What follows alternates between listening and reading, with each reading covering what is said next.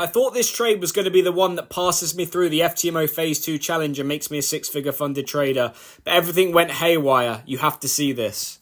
This one trade could have passed me the whole challenge, or at least 50% of the challenge. The worst part, I did everything correct. For those of you that follow my journey, I'm currently in the Phase 2 of the 100k FTMO challenge. At this point, there's no room for mistakes, no room for gambling, no room for reckless decisions. And after the last episode where I traded aggressively and it didn't play out, I had to come into this week disciplined, focused, and ready to execute a high quality setup. And that's what happened. That's why I decided to document this trade. I'm documenting all my trades, but this had everything I was looking for. And coincidentally, it was the exact same trade that you would have seen when me trading aggressively in the last video. The same setup, Swiss Japanese yen short. Let me show you what happened. So I was up early this morning, about 5:45, ended up getting a coffee, getting prepared for the day. Going to go over, checking over the watch list and see if there's any entries. I watched one of the webinars, it was live this morning. And then got an entry. I sat down at my desk and we got an entry on Swiss Japanese yen. Beautiful break and retest of the 1 hour and 4 hour 50. Beautiful daily time frame, capturing that short that we tried to capture last episode and went from there. Okay, so prices started to sell off. It's nearly 6 in the morning during Asia. So yeah, we're going to see if we can get down to this low, move to break even. So at this point, after I executed the trade, I was very, very happy with the position. Either way, I was happy to risk capital in that position. It broke down perfectly. I had the same bias as what I had in the previous video. I was looking for shorts, Swiss Japanese yen overextended. Perfect for my type of style, my strategy. Looking for a quick pullback move or a pullback move after an exhausted run to the upside. And I was very happy with that. About to hit 1%, which means we will move to break even. And then, yeah, managing it heavily at these lows because this is the first area again where price, if it's not going to continue in this downward trend, we're going to end up reversing from. So, yeah, I'm going to be keeping an eye out. So I've got my management plan in place. I know exactly what I'm doing. No emotional decisions. I know exactly at this level we move to break even. If we're running 1% profit, we get down to the low, move to break even. Okay, guys, update on the position. Oh, look at the sun coming in. Selling off nicely. Nice sell-off, so we've got to manage this now. Obviously, we're at break-even because we're well over 1% running. We have room to the downside. My management plan will be, obviously, I'm expecting this to be the lower low. So I am expecting some kind of retracement. That's normal. And hopefully we get a lower high formed back at this low. And then we can look for the continuation. So yeah, guys, currently happy with the position. Again, not really much I can do now. Just got to not look at the balance, not see the floating P&L, because that can affect your decision making. I'm running about 1.2, 1.3%.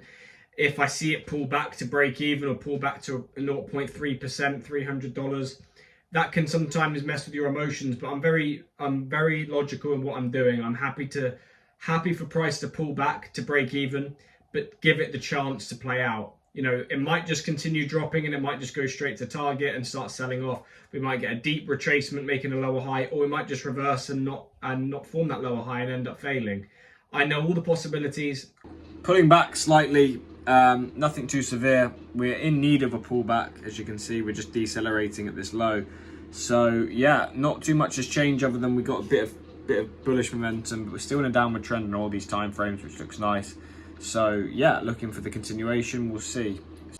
Few minutes till New York Open, guys. Usually there's a little bit more volatility, so I'll capture that. Hopefully it can push further into our favor. New York's opened. Let's see what happens if we get any initial movement that I can capture.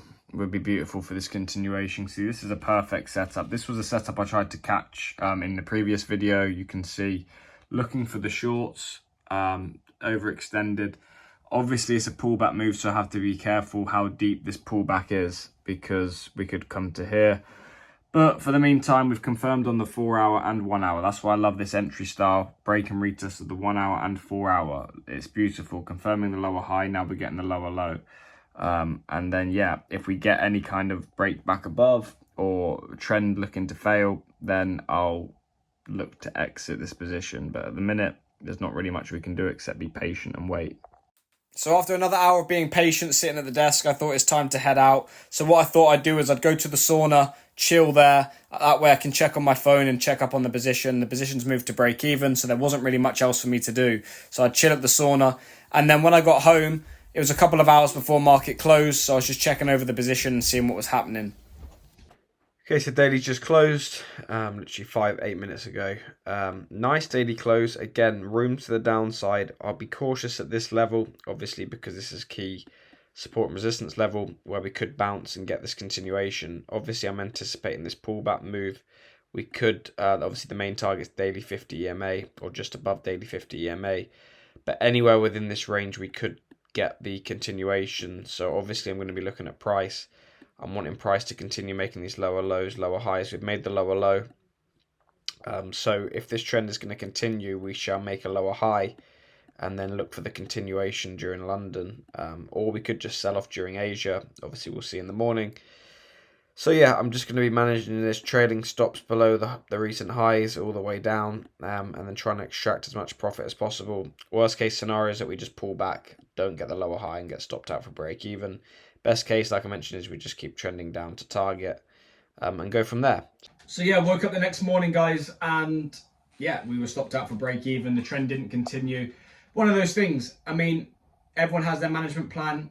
In this case, my management plan is moving stop to break even as soon as it's at the low or running at 1% equity profit. And then after that, trailing the stop above the highs, just extracting as much profit on the way down as possible. But sometimes the trend doesn't continue. And I manage my risk by moving to break even. So people could say, well, why didn't you take profit? It's a pullback move. Why didn't you take profit when I was running at 1.2, 1.3%? I could, but that means if it then went on to play out down to the daily 50, then I would miss out on 3% more profit. So sometimes you have to weigh up, and it's what's right for you and your own management plan. You have to weigh up, do I prefer to take profit quicker and maybe have a higher strike rate? Or would I prefer to accept that in some cases I'm going to be wrong, I'm going to be stopped out for a small loss or for break evens. But then when those winners come in and they play out and they do trend down to your target, you're going to make 3, 4, 5 times what you would have made. So that comes down to the individual. In this case, I wanted to play a larger move. I liked the daily time frame. I liked everything about that position. I'd managed my risk, so I wasn't going to lose anything. I was at break even. So I was happy to manage it that way, and that's the way I will manage those positions a lot of the time. If it hadn't broke, if the 4 hour hadn't have changed and hadn't have confirmed the trend to have changed, then those pullback moves I do manage more aggressively because, as I mentioned, it is a pullback move. You're going against trend. But because the 1 hour and 4 hour had both made a lower low, lower high, looking for the continuation of the lower low, I was happy to let that play out and wait for a deeper pullback. So yeah, it was a great trade. I was happy with the position. We managed our risk.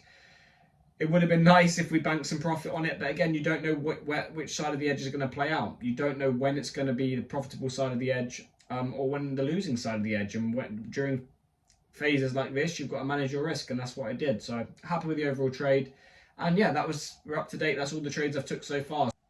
With regards to the account, you can see that aggressive loss that you would have seen in last week's video or last video that I put out, and then the break even, $26.